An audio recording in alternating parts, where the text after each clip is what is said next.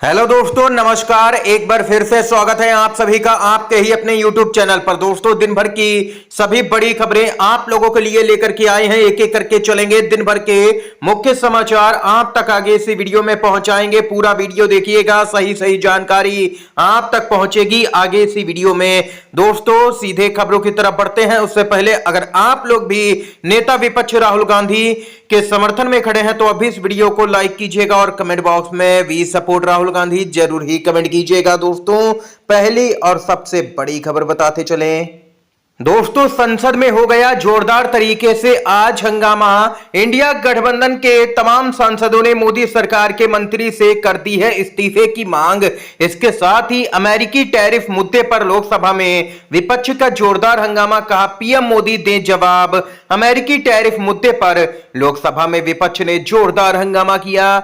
लोकसभा में कांग्रेस के सांसद गौरव गोगोई ने कहा कि अमेरिकी टैरिफ मुद्दे पर पीएम मोदी खुद जवाब दें आकर के। और इसके साथ ही यहां पर दोस्तों खबर सामने निकल के आ रही है। मोदी सरकार में शिक्षा मंत्री धर्मेंद्र प्रधान ने संसद में विवादित बयान दे दिया। तमिलनाडु के लोगों को लेकर के विवादित बयान दिया गया, जिसके बाद में कांग्रेस पार्टी ने उनके इस्तीफे की मांग करती है। दोस्तों, आप लोगों को यहां पर बताते चलें, मोदी सरकार के मंत्री धर्मेंद्र प्रधान ने देश के एक भाग की जनता के स्वाभिमान को अनकल्चर्ड और अनसिविलाइज्ड कहकर के ठेस पहुंचाया।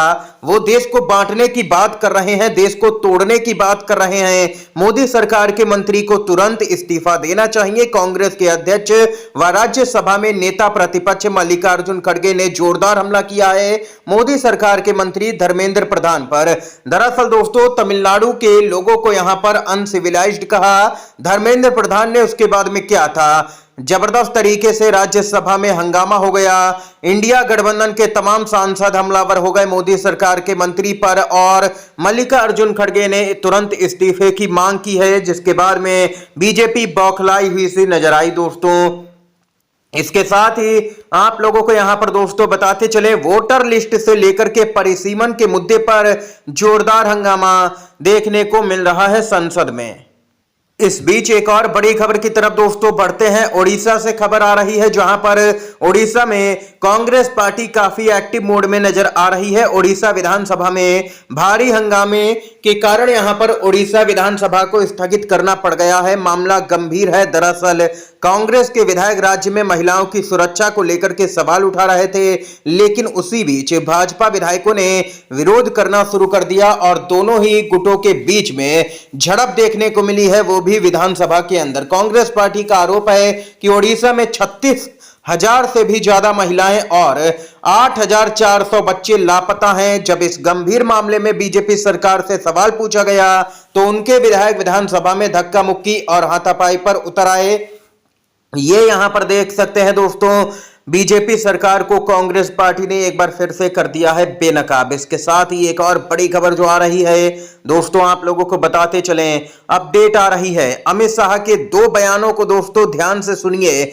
जब बिहार में चुनाव होता है तो अमित शाह बयान देते हैं कि बिहार में बनेगा माता सीता का भव्य मंदिर, लेकिन वहीं जब गुजरात में चुनाव था तब अहमदाबाद में 10 बड़े स्टेडियम बनाए जाएंगे, गुजरात में फैक्ट्रियां खोली जाएंगी। लेकिन जब यूपी बिहार में चुनाव आता है तो मंदिर मस्जिद की बातें की जाती हैं, हिंदू मुसलमान की राजनीति की जाती है। लेकिन जब गुजरात का चुनाव आता है तब वहां पर फैक्ट्रियों के नाम पर देख सकते हैं कि बड़े बड़े वादे किए जाते हैं, स्टेडियम बनाए जाते हैं। लेकिन जैसे ही बिहार और यूपी का चुनाव आता है तो इस तरीके से लोगों को बांटने का काम बीजेपी लगातार करती हुई नजर आती है। इसके साथ ही दोस्तों, आप लोग भी अपनी महत्वपूर्ण राय बताइएगा अमित शाह के इस बयान पर। इसके साथ ही दोस्तों, जो अगली अपडेट आ रही है बताते चलें, ममता बनर्जी ने शुभेंदु अधिकारी के गढ़ में दे दिया है बीजेपी को बहुत बड़ा झटका। जी हां दोस्तों, बीजेपी विधायक टीएमसी में शामिल ममता बनर्जी ने भाजपा को तगड़ा झटका दे दिया है। शुभेंदु अधिकारी की करीबी विधायक टीएमसी में शामिल कुल 12 विधायक छोड़ चुके हैं। अब तक बीजेपी का साथ लंबी है और भी कतार कई विधायक छोड़ सकते हैं बीजेपी का दामन। पश्चिम बंगाल के हल्दिया से बीजेपी की विधायक है, विधानसभा में नेता प्रतिपक्ष शुभेंदु अधिकारी की करीबी सहयोगी तापसी मंडल राज्य में सत्तारूढ़ टीएमसी में शामिल हो गए हैं, जो कि बीजेपी के लिए बड़ा झटका है। मंडल के तृणमूल कांग्रेस में शामिल होने के फैसले से न केवल पूर्वी मेदिनीपुर में भाजपा को झटका लगा है, बल्कि पार्टी के विधायक दल को भी इससे नुकसान होगा और बीजेपी भी बैकफुट पर है, क्योंकि राज्य में अगले साल की शुरुआत में होने वाले विधानसभा चुनाव के लिए उन्हें महत्वपूर्ण जिम्मेदारी दी गई थी। और इस बीच यहां पर देख सकते हैं कि बीजेपी को बड़ा झटका लगा है। अब तक देख सकते हैं कि 12 विधायक बीजेपी का साथ छोड़ करके टीएमसी में शामिल हो चुके हैं।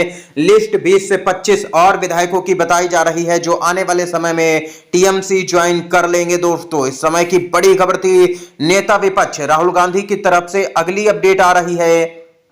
दोस्तों, आप लोगों को अगली बड़ी खबर बताते चले उससे पहले अगर आप लोगों को अभी तक वीडियो पसंद आया हो तो एक प्यार भरा लाइक वीडियो को जरूर ही कीजिएगा। इसके साथ ही खबर आ रही है, कांग्रेस आपके पक्ष में है, मतदाता सूची पर सौगत राय के खुलासे के बाद राहुल गांधी की प्रतिक्रिया। राहुल गांधी ने टीएमसी को दे दिया खुला समर्थन। कांग्रेस ने डुप्लीकेट ईपीआईसी कार्ड मुद्दे पर यहां पर देख सकते हैं कि तृणमूल कांग्रेस का साथ दिया है। जैसे ही तृणमूल सांसद सौगत राय लोकसभा में बोलने लगे, लोकसभा में विपक्ष के नेता राहुल गांधी उनके बगल में खड़े होकर के बोलने लगे। तृणमूल कांग्रेस पहले भी कई बार फर्जी वोटर कार्ड का मुद्दा उठा चुकी है। पश्चिम बंगाल के सत्तारूढ़ दल के सांसदों ने संसद में पहली बार यह देख सकते हैं कि मुद्दा उठाया और इसी बीच भाजपा इस मुद्दे से ध्यान भटकाने की कोशिश करने लगी। बताते चले आप लोगों को, ममता बनर्जी की पार्टी लगातार आरोप लगा रही है कि महाराष्ट्र से लेकर के हरियाणा, दिल्ली में जबरदस्त घोटाला किया गया है। वोटर लिस्ट के जरिए ही बीजेपी चुनाव जीती है। एक एक घर में यहां पर कई 100 वोट बना दिए जाते हैं एक एक पते पर, जो कि एक गंभीर मामला बन जाता है। दोस्तों, चुनाव आयोग बैकफुट पर है। राहुल गांधी के सवालों का जवाब अब तक चुनाव आयोग नहीं दे पाया है, जिसके बाद में चुनाव आयोग की निष्पक्षता पर भी गंभीर सवाल खड़े होते हैं। इसके साथ ही दोस्तों अगली अपडेट की तरफ बढ़ते हैं।